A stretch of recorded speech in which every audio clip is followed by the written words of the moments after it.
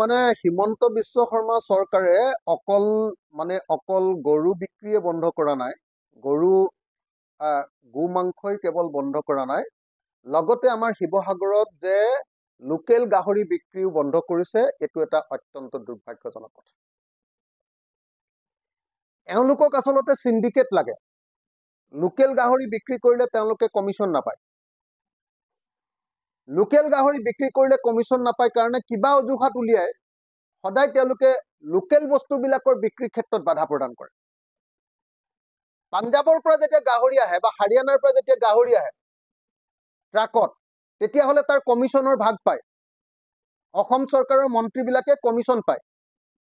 গতিকে আমাৰ শিৱসাগৰত আটাইতকৈ বেছি, আমি শিৱসাগৰতে চাগে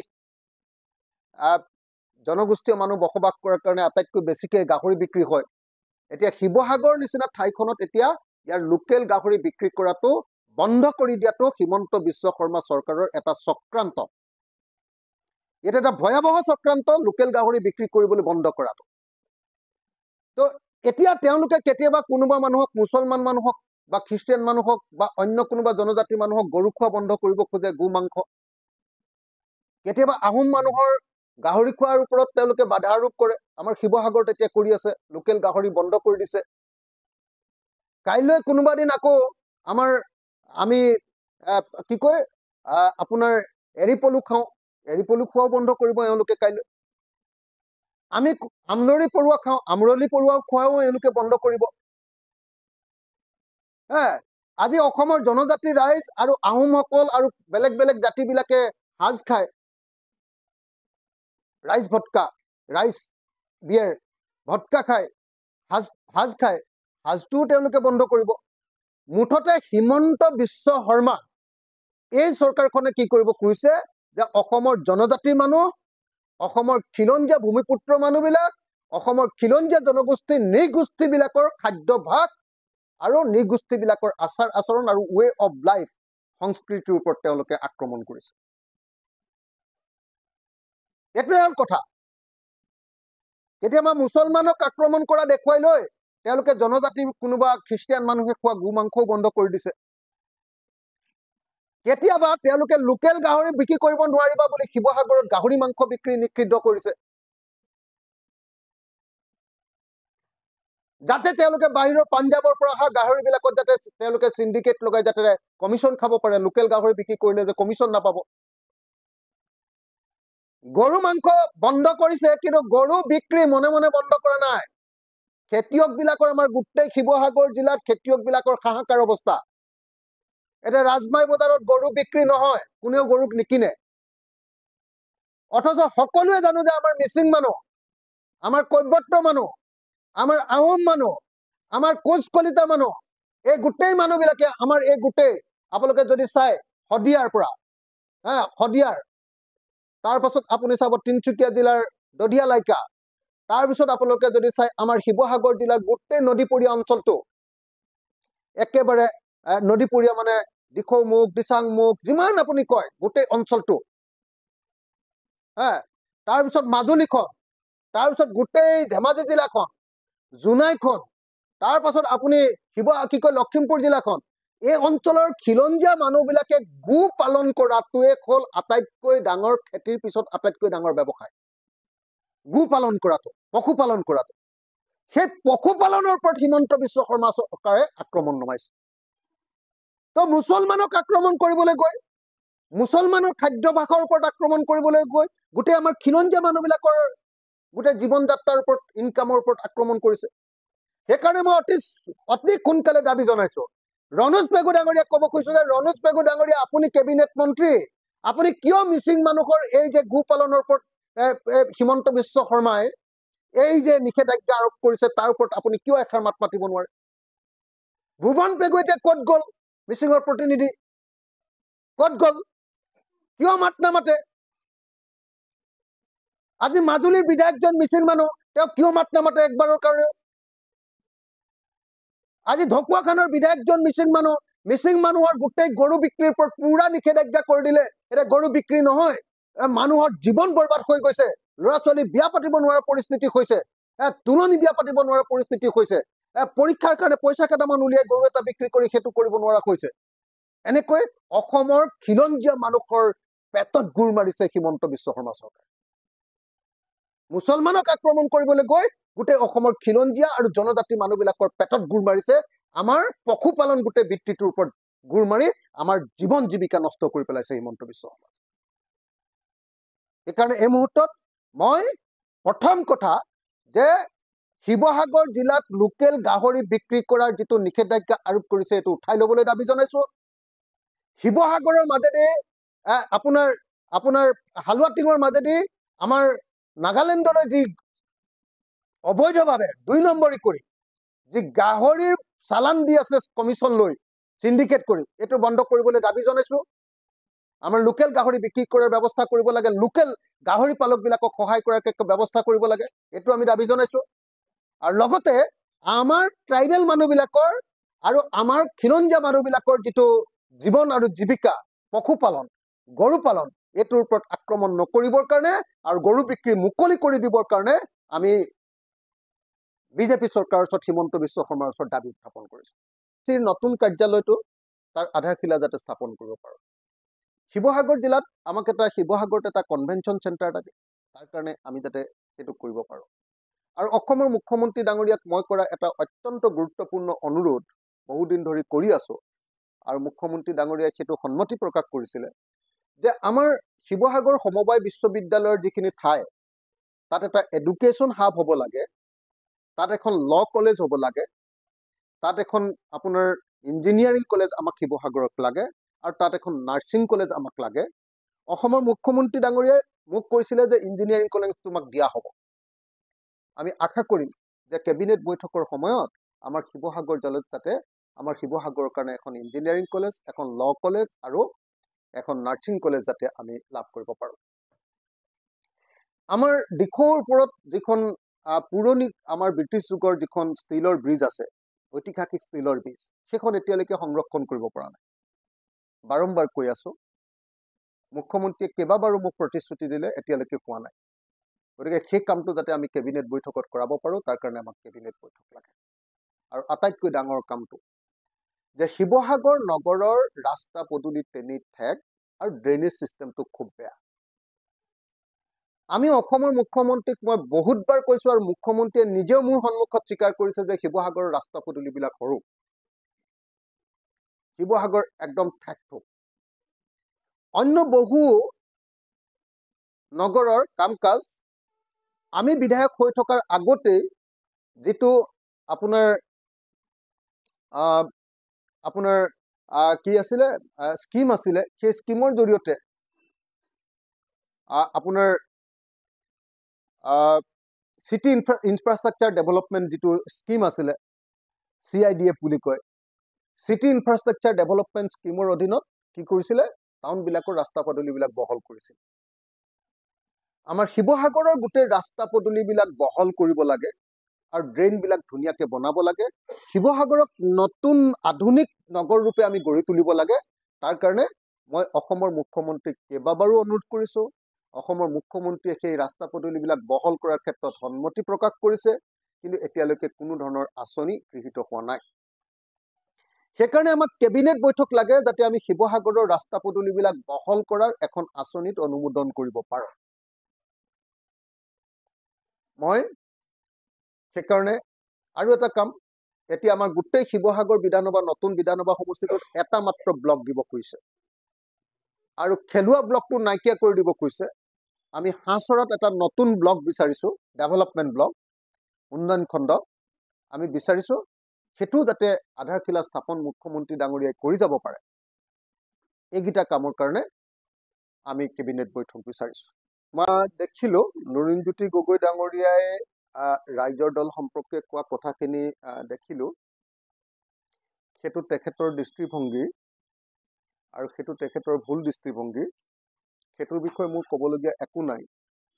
যিকোনো এজন মানুহে যিকোনো এজন মানুহৰ বিষয়ে কিবা এটা ক'ব পাৰে, ক'বলগীয়া একো নাই। কিন্তু আচল বিষয়টো আছিলে যে আঞ্চলিক দল কেইবাটাও হ'ব লাগে নে আঞ্চলিক দলবিলাক একলগ হ'ব লাগে।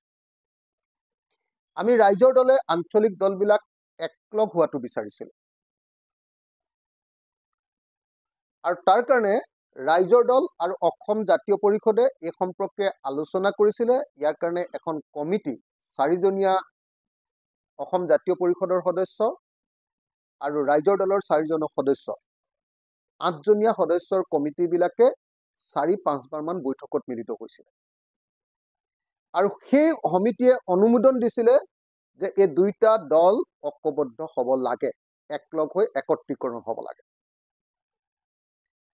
কিন্তু সেই সিদ্ধান্তলৈ অহাৰ পাছতো, দুইটা দলে সেই কথাবিলাক পতাৰ পাছতো দেখা গ'ল যে অসম জাতীয় পৰিষদে ৰাইজৰ দলৰ লগত বা ৰাইজৰ দলৰ লগত একত্ৰীকৰণ কৰিবৰ কাৰণে জাতীয় পৰিষদে সন্মতি প্ৰকাশ নকৰিলে। কমিটিবিলাকে যদিও সন্মতি প্ৰকাশ কৰিছিলে দুইখন কমিটিয়ে, কিন্তু কিবা কাৰণত অসম জাতীয় পৰিষদে সন্মতি প্ৰকাশ নকৰিলে। এতিয়া আমাৰ কাৰণে মূল বস্তুটো হ'ল, ভালেই হ'ল যে লুৰিণজ্যোতি গগৈয়ে নিজৰ মুখেৰে কৈ দিলে যে আমি দুইটা দল একলগ নহওঁ। আমাক ৰাইজে সদায় কৈ থাকে যে দুইটা দল একলগ হ'ব লাগে, একেই লক্ষ্য, একেই উদ্দেশ্য, একেই কৰ্মপন্থা, দুইটা দল একলগ হ'ব লাগে। সেইকাৰণে আমিও চেষ্টা কৰিছিলোঁ ৰাইজৰ দাবী অনুসৰি। আপোনালোকে দেখিছে যে ৰাইজৰ দলে চেষ্টা কৰিছিলোঁ আৰু অসম জাতীয় পৰিষদে ৰিজেক্ট কৰিছে। অসম জাতীয় পৰিষদে একলগ নহওঁ বুলি নাকচ কৰিছে। এইটোৱে ইতিহাস। তাৰ বাহিৰে লুৰিণজ্যোতি গগৈয়ে কি কৈছে সেইটো আমাৰ কাৰণে গুৰুত্বপূৰ্ণ নহয়। আমি জানো যে লুৰিণজ্যোতি গগৈ কিবা এটা অজুহাত দেখুৱাবৰ প্ৰয়োজন হৈ পৰিছে, কিবা এটা কোৱাৰ প্ৰয়োজন হৈ পৰিছে একলগ নহবৰ কাৰণে। গতিকে তেখেতৰ বক্তব্য দাঙি ধৰিছে, সেই সম্পৰ্কে মোৰ একো ক'বলগীয়াৰ প্ৰয়োজন নাই, মই একো মন্তব্য দিয়াৰ প্ৰয়োজন আছে বুলি নাভাবোঁ। কিন্তু আপোনালোকে এতিয়াৰ পৰা আৰু আমাক নুসুধিব, সাংবাদিকসকলে বা অসমৰ ৰাইজে, যে আপোনালোকে কিয় দুইটা দল একলগ নহয়। আমি ৰাইজৰ দলে একলগ হ'ব খুজিছিলোঁ, অসম জাতীয় পৰিষদে একলগ হ'ব খোজা নাই। আৰু সেইটো কথা লুৰিণজ্যোতি গগৈ অসম জাতীয় পৰিষদৰ সভাপতিয়ে নিজে সংবাদ মাধ্যমক কৈছে যে আমি একলগ নহওঁ। গতিকে এতিয়াৰ পৰা কমপ্লিটলি যদি কিবা ক'ব লগা থাকে আপোনালোকে অসম জাতীয় পৰিষদক বা লুৰিণজ্যোতি গগৈক সুধিব। আমি আমাৰ মুকলিমূৰীয়া মনটো আপোনালোকৰ সকলোৰে সন্মুখত দেখুৱাই দিলোঁ, অসমবাসীৰ সন্মুখত আমি কৈ দিলোঁ যে চাওক, আমি সঁচাকৈ একলগ হ'ব খুজিছিলোঁ, আন্তৰিকতাৰে একলগ হ'ব খুজিছিলোঁ, কিন্তু লুৰিণজ্যোতি গগৈ বা অসম জাতীয় পৰিষদে একলগ হ'ব নোখোজে। গতিকে আমাৰ কৰিবলগীয়া একো নাই। মই ভাবোঁ যে ইয়াৰ পৰা আমাৰ ৰাইজৰ দলৰ একো বিশেষ লোকচান নহ'ব, লোকচানটো লুৰিণজ্যোতি গগৈৰে হ'ব। একলগ হোৱা হ'লে ভাল আছিলে, আমি ৰাইজৰ বেছি কাম কৰিব পাৰিলোহেঁতেন। আৰু যেতিয়াই কথা পাতোঁ আমাৰতো কোনো ডিফাৰেঞ্চেই নাথাকে, আমি ককাই ভাইৰ নিচিনাকৈ চব কথা পাতোঁ। এতিয়া হঠাতে তেখেতে এটা অজুহাত উলিয়াইছে, এতিয়া বাকী কথাখিনি মই একো নকওঁ। একলগ হ'লে ভাল পালোহেঁতেন, একলগ নহ'ল। আমি একলগ হ'ব বিচাৰিছিলোঁ, লুৰিণজ্যোতি গগৈ একলগ হ'ব খোজা নাই। হিষ্ট্ৰীটো সেইটোৱে, আচল সত্যটো সেইটোৱে। অসমীয়া জাতিৰ ঐতিহ্যৰ প্ৰাণকেন্দ্ৰ। আপোনালোকে সকলোৱে জানে যে 600 বছৰীয়া আহোম ৰাজত্বৰ আটাইতকৈ গুৰুত্বপূৰ্ণ ৰাজধানী ক্ষেত্ৰখন হ'ল শিৱসাগৰ। আপোনালোক সকলোৱে জানে যে শিৱসাগৰ কেৱল অসমৰ নহয়, গোটেই ভাৰতৰ আৰু এছিয়াৰ আৰু পৃথিৱীৰ এটা প্ৰকৃত অৰ্থত এটা হেৰিটেজ প্লেচ। কিন্তু এই হেৰিটেজ প্লেচত এতিয়ালৈকে অসমৰ কেবিনেট বৈঠক অনুষ্ঠিত কৰা হোৱা নাই, কিন্তু অসমৰ আন সকলো জিলাতে এই কেবিনেট বৈঠক অনুষ্ঠিত কৰা হৈছে। আমাৰ এনেকুৱা ভাৱ হৈছে যে কিবা নিৰ্দিষ্ট কাৰণত শিৱসাগৰত এই বৈঠক অনুষ্ঠিত কৰা নাই। সেইকাৰণে শিৱসাগৰৰ বিধায়ক হিচাপে মই আজি মুকলিভাৱে মুখ্যমন্ত্ৰী ডাঙৰীয়াক আহ্বান জনাবলৈ এই সংবাদমেল আয়োজন কৰিছোঁ যে মুখ্যমন্ত্ৰী ডাঙৰীয়া, অচিৰে আমাৰ শিৱসাগৰত কেবিনেট বৈঠক অনুষ্ঠিত কৰিব লাগে। আমি কিয় শিৱসাগৰত কেবিনেট বৈঠক অনুষ্ঠিত কৰিবলৈ কৈছোঁ? কাৰণ আমি দেখিছোঁ যে কেবিনেট বৈঠক যেতিয়া কোনোবা এখন জিলাত অনুষ্ঠিত কৰে, তেতিয়াহ'লে সেই জিলাখনৰ মূল সমস্যাবিলাক সমাধান কৰিবৰ কাৰণে ব্যৱস্থা কৰা হয়। সেই জিলাখনৰ কাৰণে বিকাশৰ দিন বা উন্নয়নৰ দিন বুলি ঘোষণা কৰি কেইবাটাও প্ৰজেক্ট ঘোষণা কৰা হয় বা আধাৰশিলা স্থাপন বা উদ্বোধনী অনুষ্ঠান কৰা হয়। এতিয়া আমাৰ শিৱসাগৰত এইটো এতিয়ালৈকে কৰা নাই। সেইকাৰণে অসমৰ মুখ্যমন্ত্ৰী ডাঙৰীয়াক শিৱসাগৰত কেবিনেট বৈঠক অনুষ্ঠিত কৰিবলৈ আমি আহ্বান জনাইছো। আপোনালোকে সকলোৱে জানে যে মই বিধায়ক হোৱাৰ পাছত চৰকাৰৰ লগত লাগি ভাগি শিৱসাগৰৰ কাৰণে যথেষ্টখিনি স্কিম আনিবলৈ সক্ষম হৈছো। যেনেকৈ ৰংঘৰ প্ৰকল্প সেইটো আনিবলৈ সক্ষম হৈছো, টাই মিউজিয়াম সেইটো আনিবলৈ সক্ষম হৈছো, ডিষ্ট্ৰিক্ট ষ্টেডিয়াম সেইটো আনিবলৈ সক্ষম হৈছো। আপোনালোকে সকলোৱে জানে যে আমি শিৱসাগৰৰ কাৰণে প্ৰথমবাৰৰ কাৰণে মথাউৰিবিলাক, দিখৌ নদীৰ মথাউৰিবিলাক নিৰ্মাণ কৰিবলৈ সক্ষম হৈছো। আপোনালোকে সকলোৱে জানে যে ইয়াত দুটা ডাঙৰ ডাঙৰ ৰাস্তা, এটা বিজি ৰোড আৰু আনটো দিখৌমুখৰ পৰা নাজিৰালৈকে অসম মালাৰ অধীনত ডাঙৰ ডাঙৰ ৰাস্তাও আমি আনিবলৈ সক্ষম হৈছো। এনেকুৱা ধৰণৰ বৃহৎ বৃহৎ কাম কিছুমান, চাৰ্কিট হাউচটো আনিছো, বৃহৎ বৃহৎ কাম কিছুমান আনিবলৈ সক্ষম হৈছো। এতিয়া আমাৰ তাৰ পাছতো কিছুমান কাম থাকি গৈছে। এতিয়া 20 কোটি টকা আমি অলপ কেইদিনমানৰ আগতে সকলোৱে জানে যে আমাৰ শিৱসাগৰ পুখুৰী বা বৰপুখুৰীৰ কাৰণে তাৰ সৌন্দৰ্য বৰ্ধনৰ কাৰণে দিবলৈ সক্ষম হৈছো। 10 কোটি টকা এটা আমাৰ যমুনাখন চাফা কৰিবৰ কাৰণেও প্ৰজেক্ট চেংচন কৰাইছো। শিৱসাগৰ নগৰৰ আৰ্বান ৱাটাৰ ছাপ্লাই স্কিমৰ কাৰণেও আমি সেইটো পাছ কৰাই আনিবলৈ সক্ষম হৈছো। এইবিলাক কাম আমাৰ হৈছে, কিন্তু আমাৰ কিছুমান বিশেষ কাম এতিয়ালৈকে হোৱা নাই।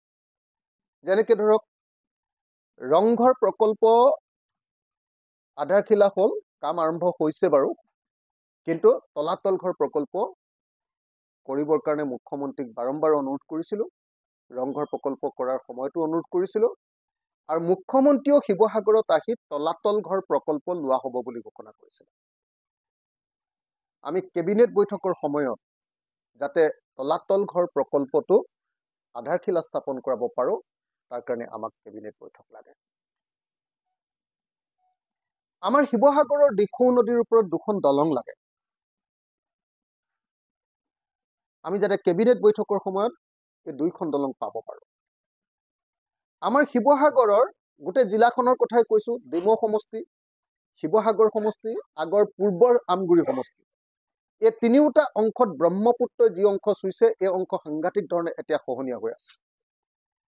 এই অংশটোত আমি ৱৰ্ল্ড বেংকৰ স্কিম দিছো, কিন্তু এতিয়ালৈকে পাছ হোৱা নাই।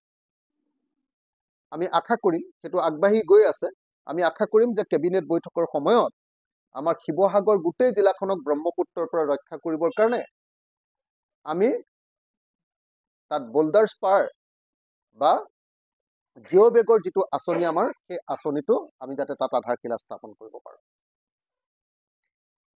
আৰু শিৱসাগৰ জিলা এজন প্ৰতিনিধি হিচাপে, বিধায়ক হিচাপে মই অসম চৰকাৰলৈ, বিশেষভাৱে অসমৰ সন্মানীয় মুখ্যমন্ত্ৰী হিমন্ত বিশ্ব শৰ্মা ডাঙৰীয়ালৈ এটা আহ্বান জনাবৰ কাৰণে আজিৰ এই সংবাদমেল আয়োজন কৰিছোঁ। আপোনালোক সকলোৱে জানে যে অসম কেবিনেট অসমৰ বেলেগ বেলেগ জিলাত চৰকাৰে আয়োজন কৰে, কিন্তু আশ্চৰ্যজনকভাৱে এতিয়ালৈকে শিৱসাগৰ জিলাত এখনো কেবিনেট অনুষ্ঠিত কৰা নাই। প্ৰত্যেকখন জিলাৰ বিধায়কসকলৰ বা কোনোবা এটা সমষ্টিৰ বিধায়কৰ এটা ইচ্ছা থাকে যে যদিহে কেবিনেট বৈঠক সেই জিলা সদৰত অনুষ্ঠিত হয়, তেতিয়াহ'লে জিলাখনৰ কিছুমান সমস্যাৰ সমাধান সেই কেবিনেট বৈঠকত কৰা হয়।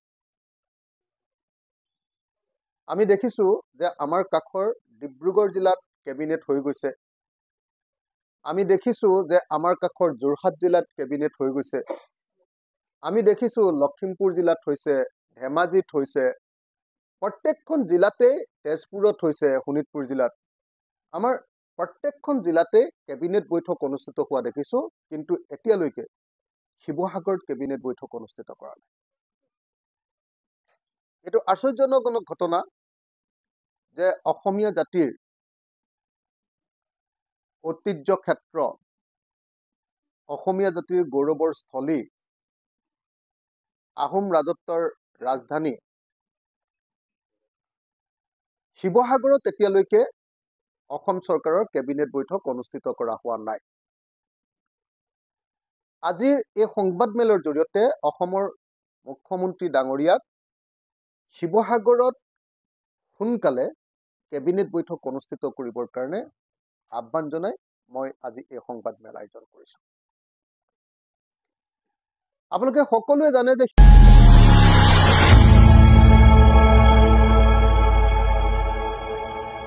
খবৰৰ আঁৰৰ খবৰ, ব্ৰেকিংৰ হুলস্থুলৰ মাজত ৰৈ যোৱা সমাজৰ নেতিবাচক বহু খবৰ, ৰাজনীতিৰ পৰা সমাজনীতিলৈ, খেল জগতৰ পৰা কৃষি খণ্ডলৈ, ছবি জগতৰ পৰা সাহিত্য চৰ্চালৈ, বৰাক ব্ৰহ্মপুত্ৰৰ লগতে উত্তৰ পূবৰ সাতভনীক সামৰি অসমৰ সংবাদ জগতত নতুন সংযোজন Assam north east news live 24/7।